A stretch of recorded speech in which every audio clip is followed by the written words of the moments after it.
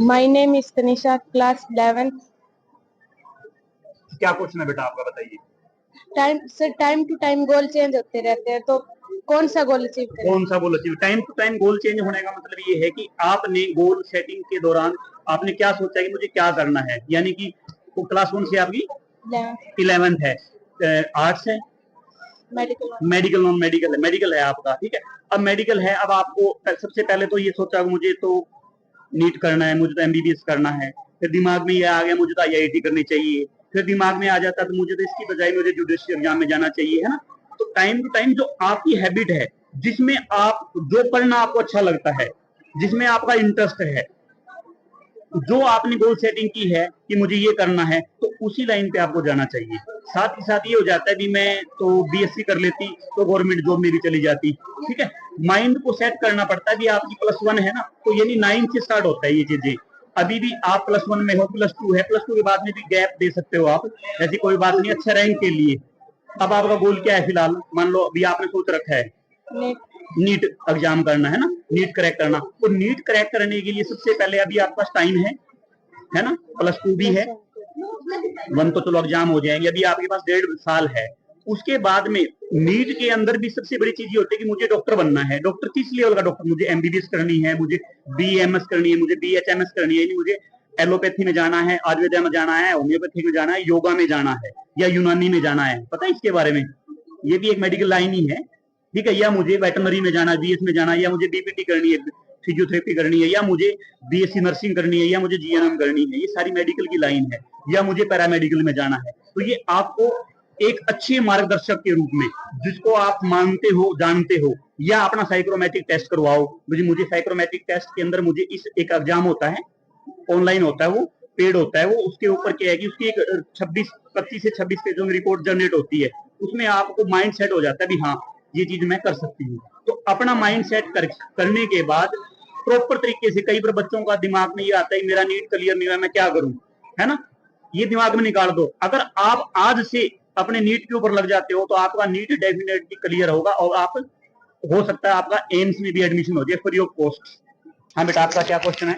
Sir मेरा question है कि डेली रूटीन कंफर्म कैसे करें, कौन सा सही है? किस टाइप का? भी एनडीए की प्रिपरेशन कर ली हो तो इसके लिए डेली रूटीन कैसा होना चाहिए? टाइम टेबल के ऊपर बात कर रहे हो आप? भी मुझे टाइमिंग कैसे देना है? जैसे कौन सी क्लास है आपकी? +1। क्या है आपके पास? Non medical. नॉन मेडिकल है। अब आपका मेन मकसद क्या रहेगा? नॉन मेडिकल आईआईटी रहेगा मेरे हिसाब से तो। नहीं सर, एनडीए। एनडीए करना है, मतलब मेन एनडीए के ऊपर जाना है आपको, ठीक है।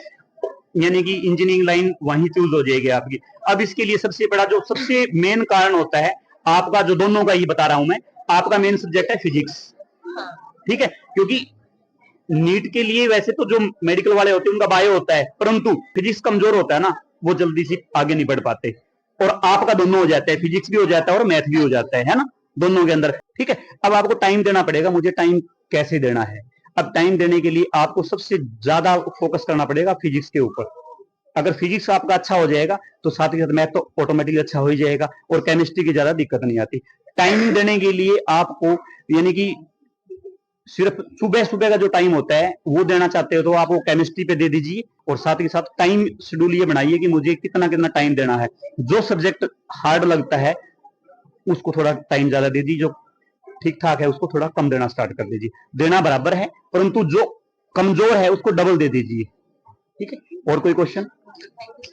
ओके बेटा, और किसी बच्चे का क्वेश्चन है? कई बार क्या होता है कि बच्चों के अंदर तो चिड़चिड़ापन आता है, बच्चों को हाइपर टेंशन की जो प्रॉब्लम होती है ना, ये सारी की सारी मोबाइल की देन होती है।